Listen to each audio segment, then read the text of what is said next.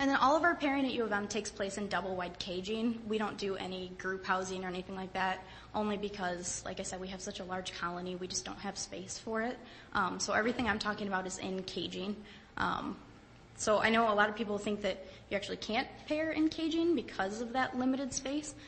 So you can, that it is possible. We use Allentown caging. I know you can definitely do it in other caging as well. That's just what we happen to use. Okay, so prior to pairing, make sure you use a clean, neutral cage.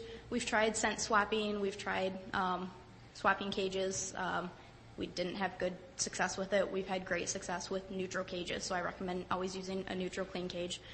Make sure you provide 2 of everything. We never want to encourage any sort of resource guarding.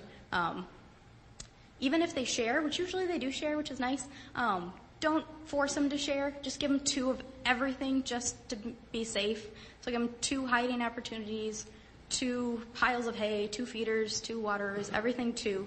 And we do that throughout their entire life. Even if they're a perfect pair, they get along great, still give them 2 of everything. Never make them share if they don't want to. And then make sure you always give them 2, a low value enrichment and a high value destructible when you're first pairing, and we'll go over the differences between those. We do urine marking. So before you pair, you're going to collect urine from a male rabbit. If you happen to have a dominant male, you're going to want to collect from him. In the wild, the dominant males will mark the subordinates within their social group. So we're kind of capitalizing on that theory. You'll know you'll have a dominant if, for example, you had to separate a male pair for fighting. Use the aggressor within that group. He's going to be your dominant. If you don't know you have a dominant, you can use any male. If you don't have any males, try and work with an institution near you who may have a male, or contact someone, a pet store, someone nearby. There are some places online that sell urine. I haven't worked with them, so I don't know how accurate they are or if they work, but I know other people who have used them and have said they're fine. We're looking into the validity of freeze thaw, if it works, if we can maybe freeze it and ship it, but I don't know how that works so far. But I think your best bet would be to just try and contact an institution nearby and see if you can get some male urine from them if you don't have any. I know there are some places that actually have ordered a male rabbit just to have at their institution to have urine and to kind of keep the peace. If that's something that you're able to do, that's awesome, and I highly recommend that. So it's really easy to collect the urine. Just flip the liner underneath the day before so the plastic side is up. The urine will pool on top, and just syringe it off. So when the rabbits come in from the vendor, just make sure you mark their ears. I like to mark the very tips of their ears in blue so you can see it from across the room wherever you are. Because I think you had mentioned in the previous talk, you don't want to stand right in front of them and watch them when they're doing their pairing behavior. You want to make sure you're a little bit away. And so when you mark the tips of their ears, you can stand across the room and you can still see who's who. And then you're going to weigh each rabbit and do a nail trim. And then you're going to urine mark each one. So you want to use a generous amount of urine and just wipe it right in between their ears, eyes, like that. Just put a good amount on, and then just put them right in the neutral cage together. And then you're going to monitor them for at least 60 minutes. So in this video here, you're going to see circling. So this is a really important behavior. You're probably going to see this in that first hour. What you'll note here is that both the rabbits were circling each other.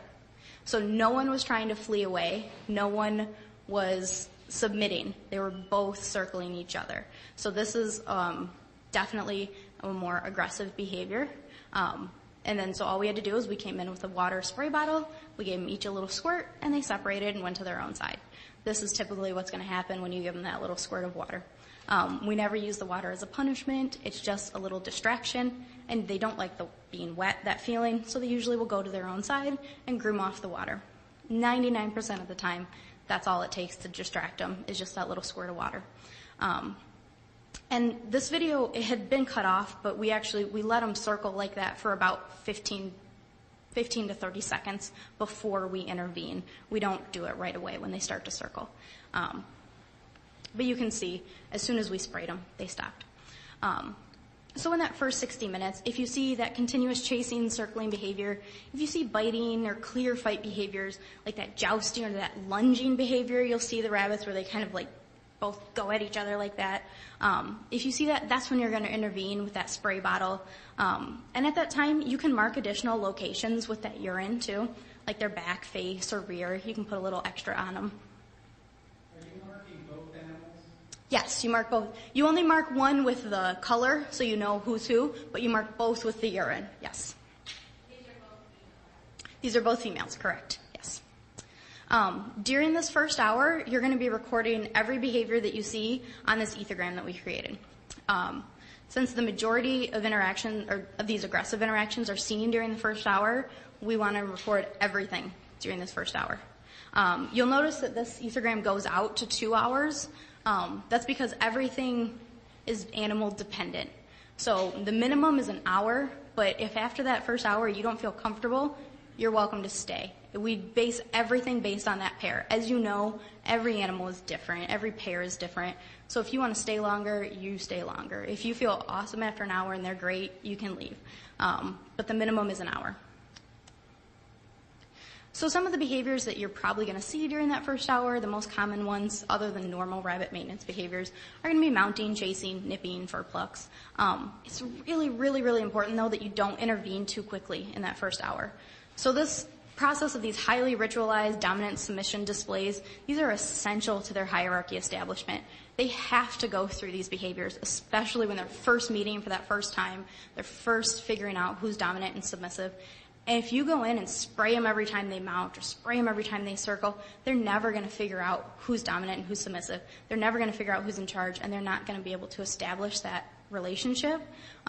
So it's really key that you don't intervene unless you have to.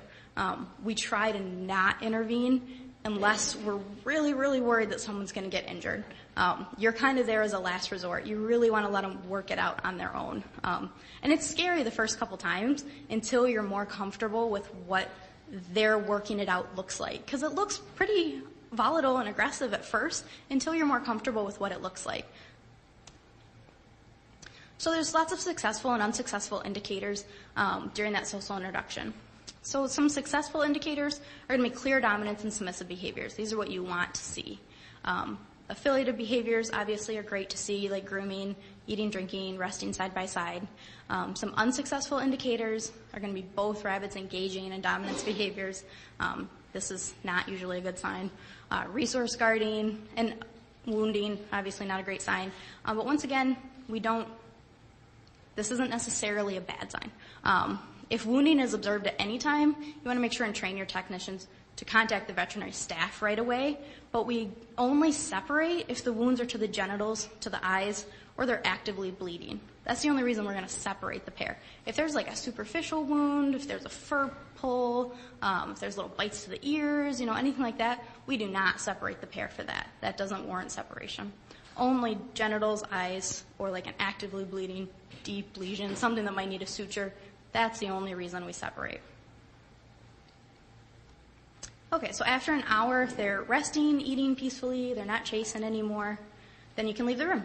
They're probably okay. We're going to do 2 additional 10-minute checks throughout the workday. And then if they're stable, you leave them overnight. And it's really, really scary that first night. Not going to lie, everybody's super nervous that first night. It definitely is. And we always have one person that it's like, I'm just going to work late tonight. And they always stay and check on them. And it's totally normal. And then we always have some person who comes in really early the next day, and that's fine. But I will say we've never come in the next day to a major wounding. Never. Knock on wood. Hopefully we never will, but we've never had that happen. And then the next morning, that's the only time when you're going to physically take the rabbits out and do a physical exam on them, just to be extra safe that nothing happened overnight. You have to physically feel underneath the fur. We all know with rabbits that fur can hide so many of those little tiny lesions. So you have to physically feel underneath the fur, make sure you didn't miss any lesions, and then you have to physically check the genitals because it's impossible to see any wounding there without actually checking. And if they're fine, then they're great. We consider them pretty stable. That's the only time you have to physically check them, though.